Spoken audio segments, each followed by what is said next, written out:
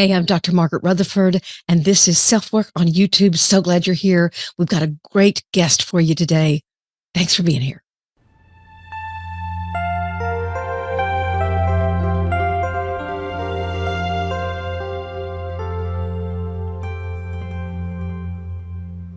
I couldn't be happier to have you on SelfWork, Jane, because I have listened to your TEDx many, many times, and we shared a coach, which was kind of fun. And so I looked at yours as to say, well, what would it be like to work with Brian Miller?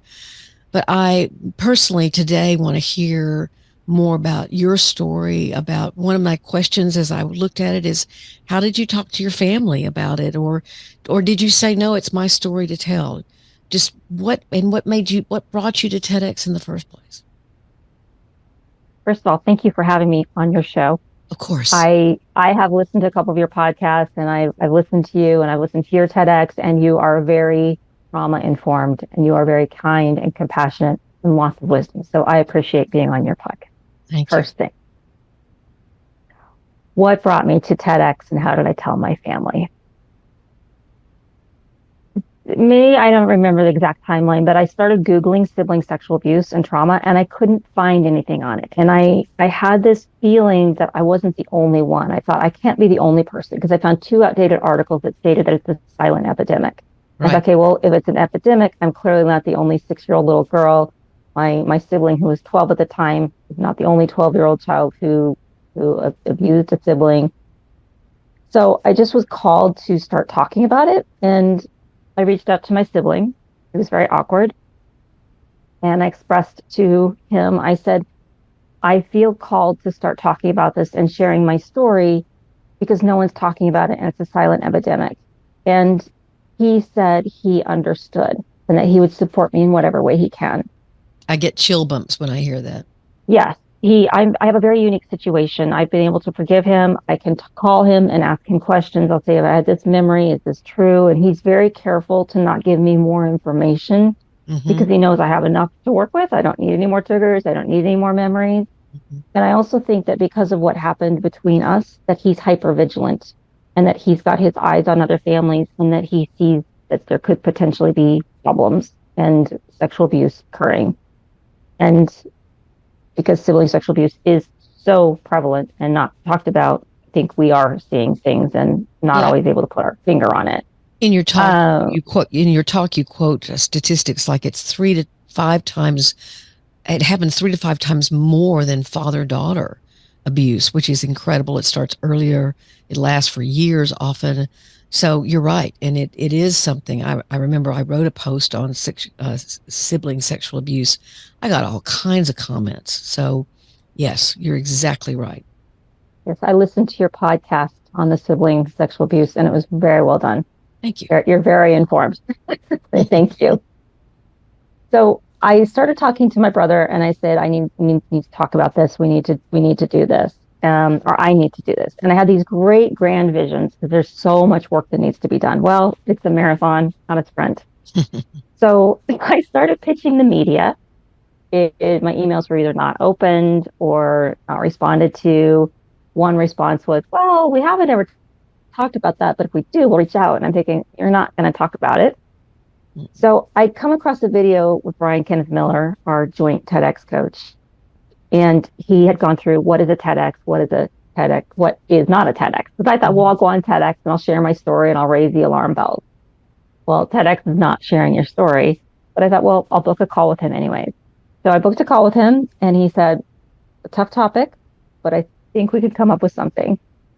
So we started talking about it, and it's a tough topic. It's a dark topic. And Brian never told me this, but he was concerned, how am I going to get on the TEDx stage?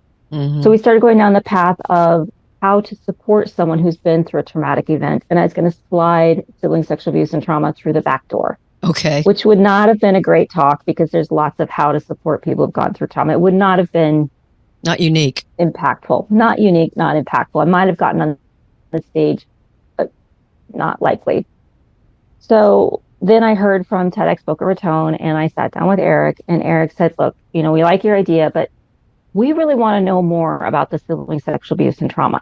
Can you talk just about that? And I said, yes, I can.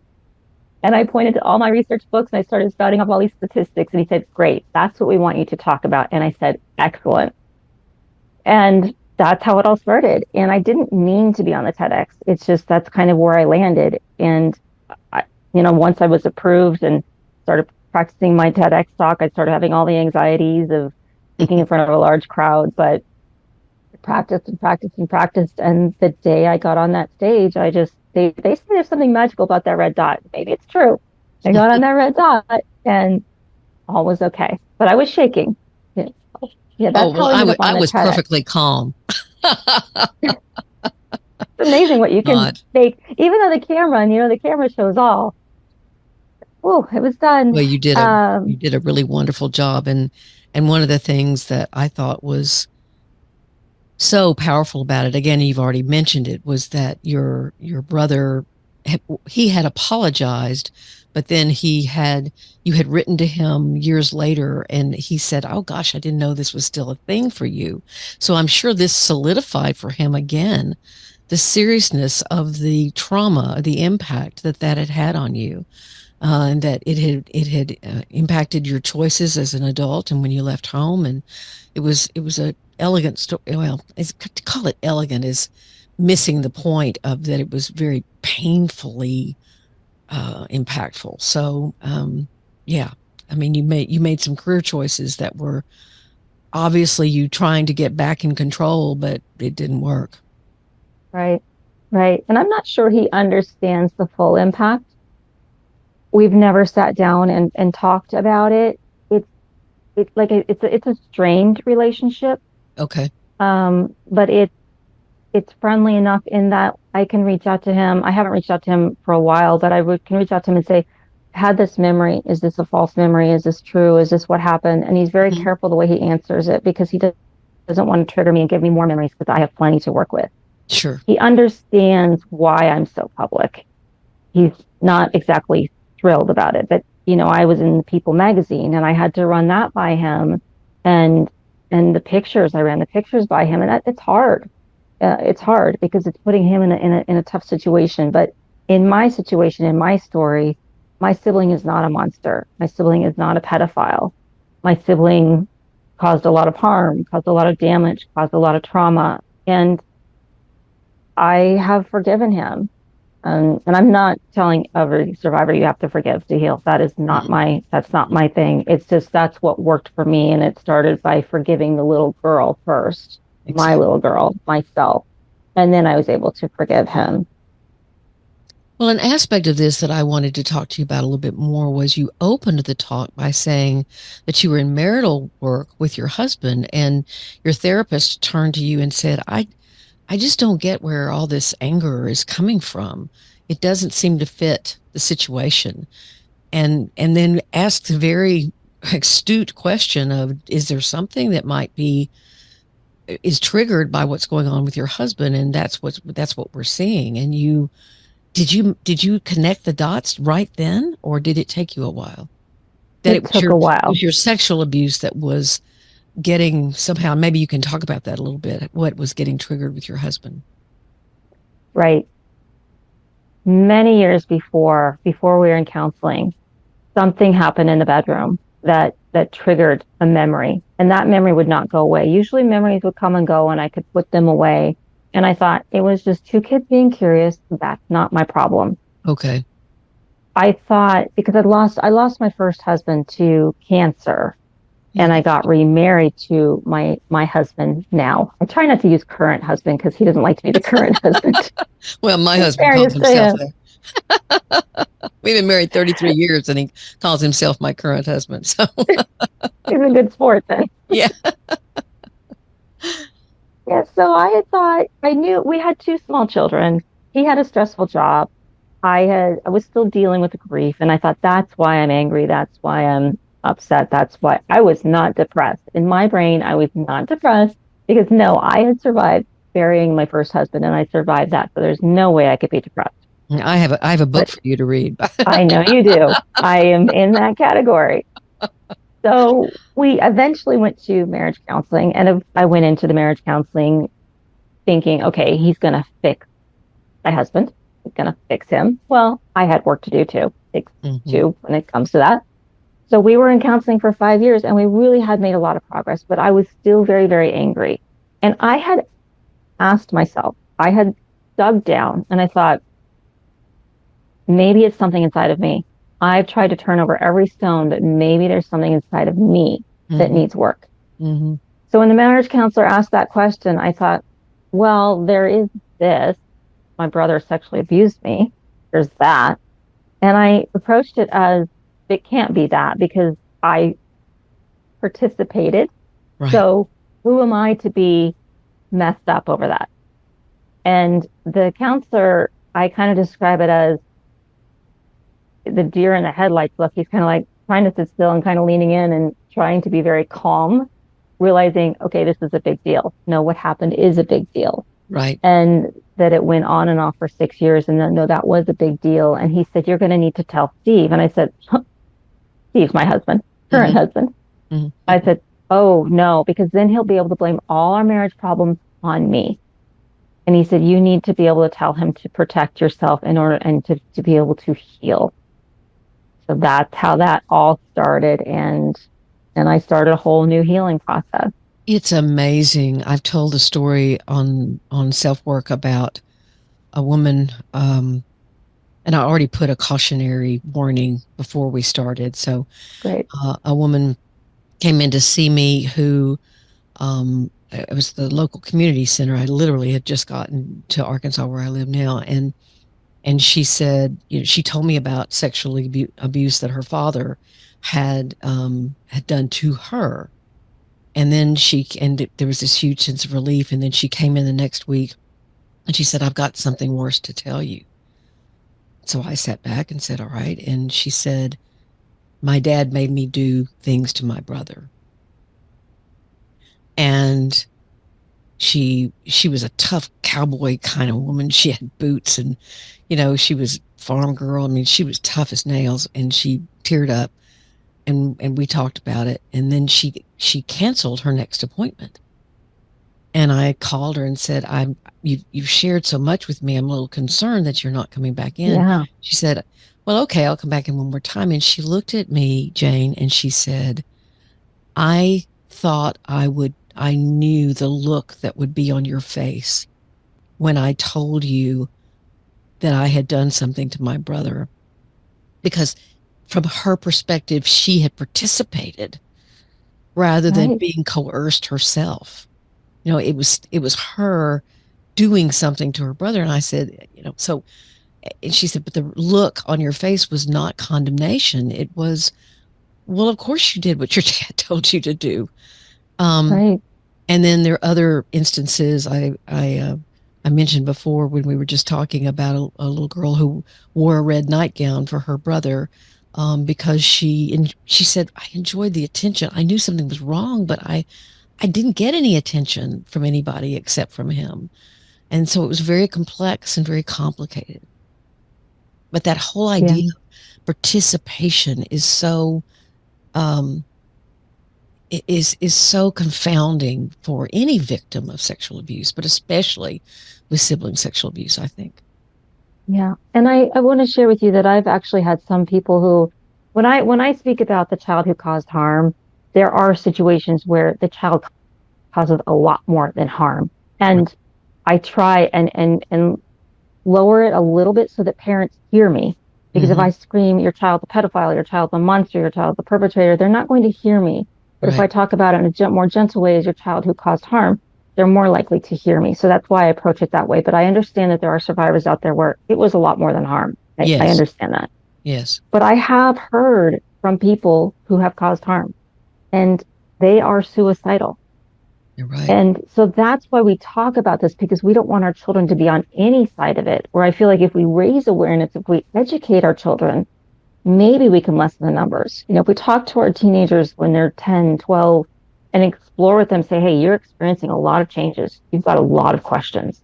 And I understand you may not be able to come to me as your parent, but you are at risk of harming another child, either a younger sibling or a cousin.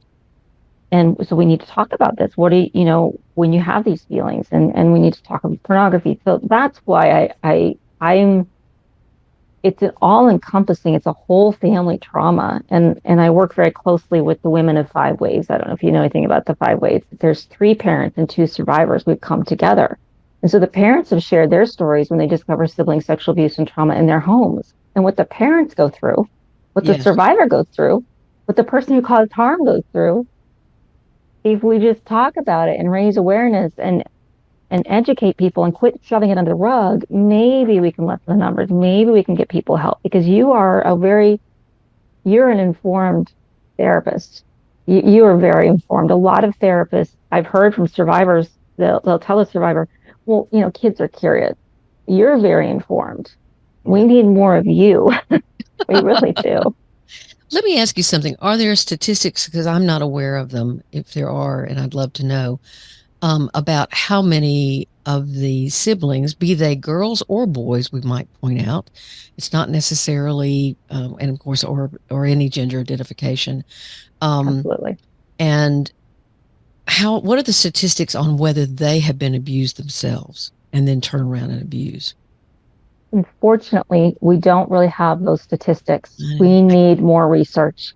Mm. And the Women of Five Waves, we've actually had researchers are reaching out to us, asking us to share their surveys. So there is progress.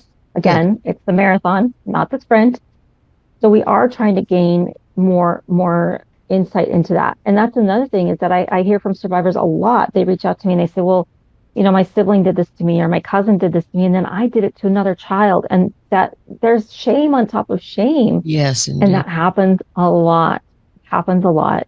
So Mm-hmm. we don't have those statistics. Again, we need more research, and we need more awareness, and we need to be talking about it. And that's why I'm very loud.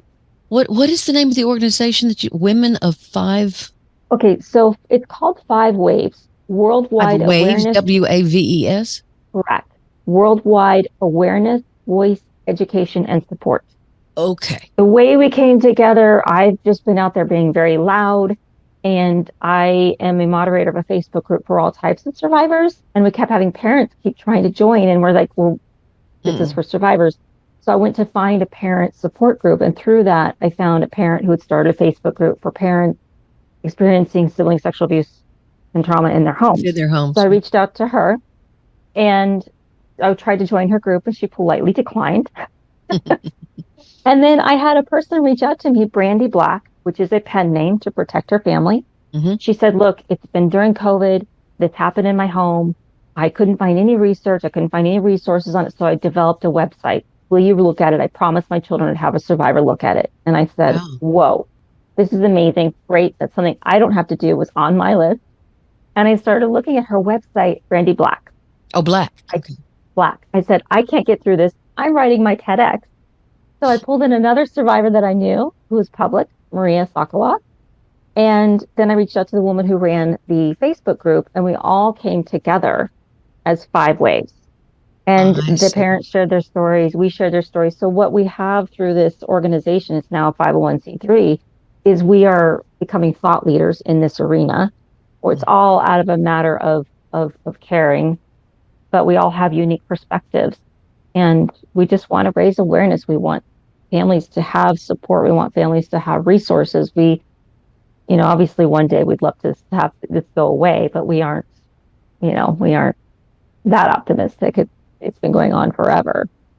Two cases come to mind that are the opposite. Both of them were difficult. One case, one woman's story was I was seeing the mother actually in therapy, and her daughter told her that her brother had sexually abused her. The mother went to another state and confronted the brother, and he said yes, he had. It took them years. I'm not sure how many, because the mother had to do her own work. The daughter started working on herself because she was definitely making choices that were very tied to that kind of abuse. So was the perpetrator, or Yuko, the person who did harm.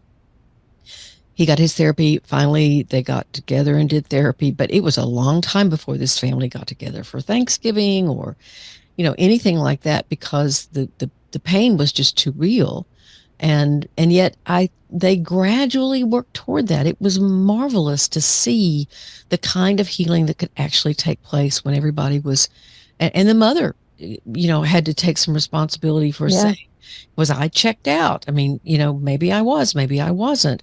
And so they did great work.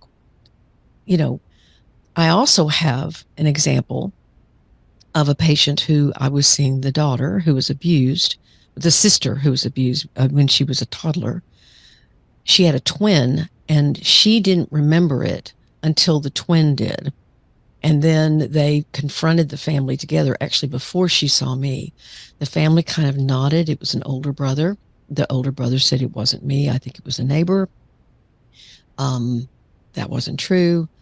And not a word was said about it again.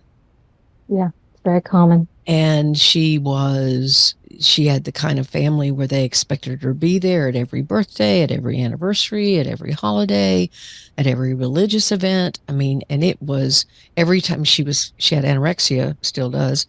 She'd just not eat for days after a home visit. So those two situations are so contrasting, and one of there can be healing. Yes, it's hard, but there can be healing. Yeah. And I think that the second scenario that you talked about, if you're a parent, I mean, parents experience a lot too when they discover Mhm. this. And if they go to Google and they can't find anything, if they aren't understanding, they may think, well, my child's the only person in the world who's harmed a sibling, or is my child going to grow up to be a pedophile? And it's probably terrifying and probably easier to say, okay, let's just pretend status quo and Mm. let's just go forward. Let's just shove it under the rug. That's where we're hoping to raise awareness. So if a parent say, I mean, wouldn't it be amazing if like the Today Show covered this, Sure, wouldn't it sibling be? sexual abuse? Then a mom might think, oh, that's horrible. I can't believe that's happening. But then if she hears about it in her home or a friend, she'll say, oh, but I heard this was a thing. It's at least in their subconscious, because if we don't get it out there, it's really hard for a parent to wrap their heads around. Of course I it mean, is. I can't imagine. I am a parent and I try to educate my children to the point where they run away from me. But I can't, it's really hard for parents to wrap their head around. And we're just trying to raise that awareness. But I hear from a lot of survivors that they are expected to just go on as normal. And you're asking a survivor to sit in the room with someone who abused them and possibly in the same home where they were abused. And that's very triggering. That's very difficult. Yes, it is. And it doesn't get any easier. Another woman comes No. to mind who said, that she sits by her brother every day or every Sunday at church, and she's always crying, and people believe she's crying because she's moved by the service. And actually she's overwhelmed with feelings about the abuse that he has denied and continues to deny. So it's gosh, it's so painful, but there can be healing. What what did your mother how did your mother handle it? Well, I told her, I want to say I was around age 24 when I was still pushing it off as it was just two kids. It happened. Uh, and I kind of said it in passing. And she cried. She Hmm. said, I believe you, but where was I?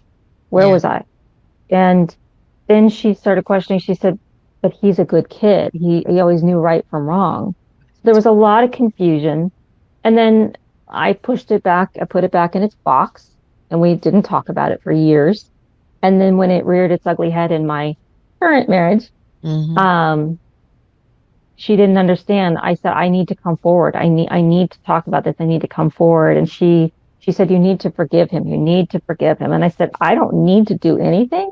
I will forgive him when I'm ready on my own terms. And she gave me the books on forgiveness, and I rolled Right. my eyes. You can't force that.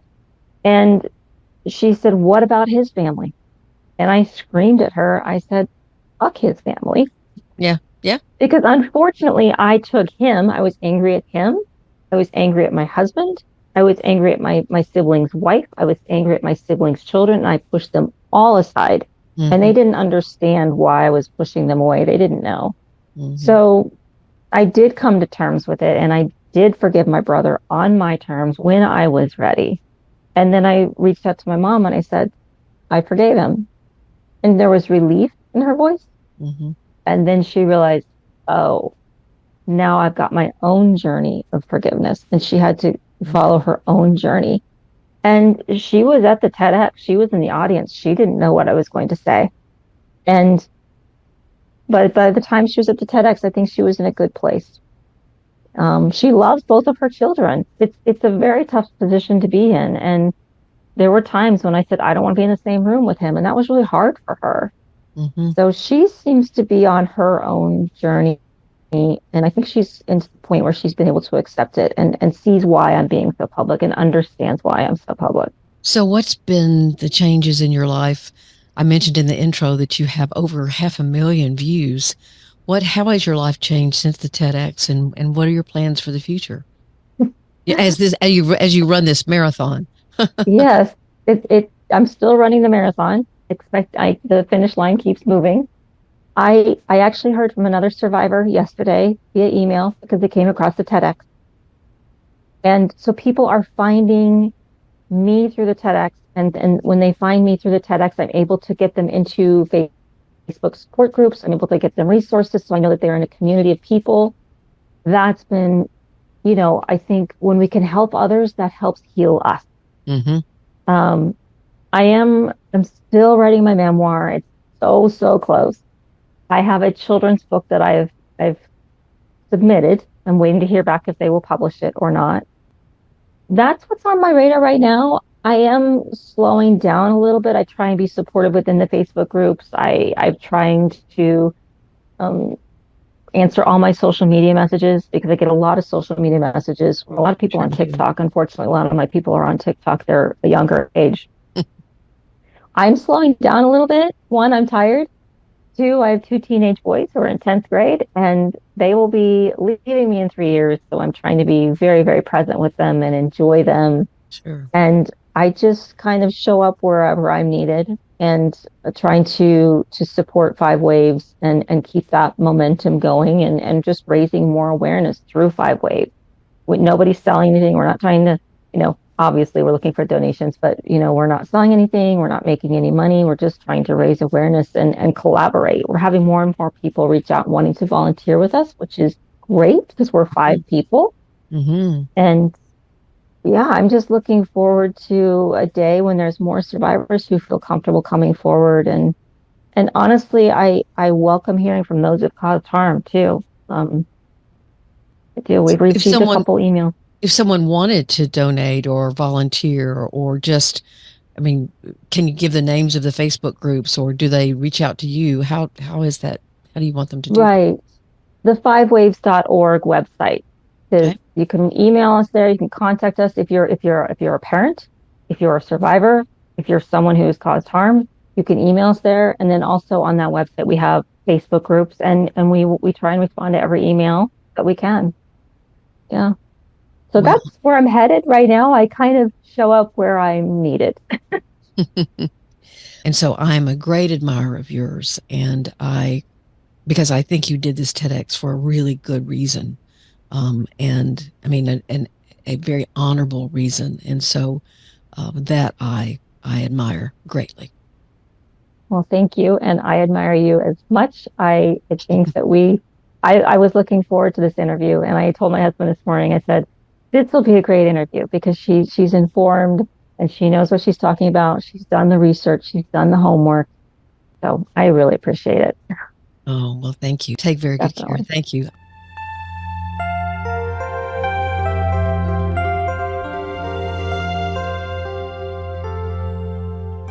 We're so glad you were here today. You can find SelfWork anywhere you listen to podcasts, and we'll be back with something for YouTube soon.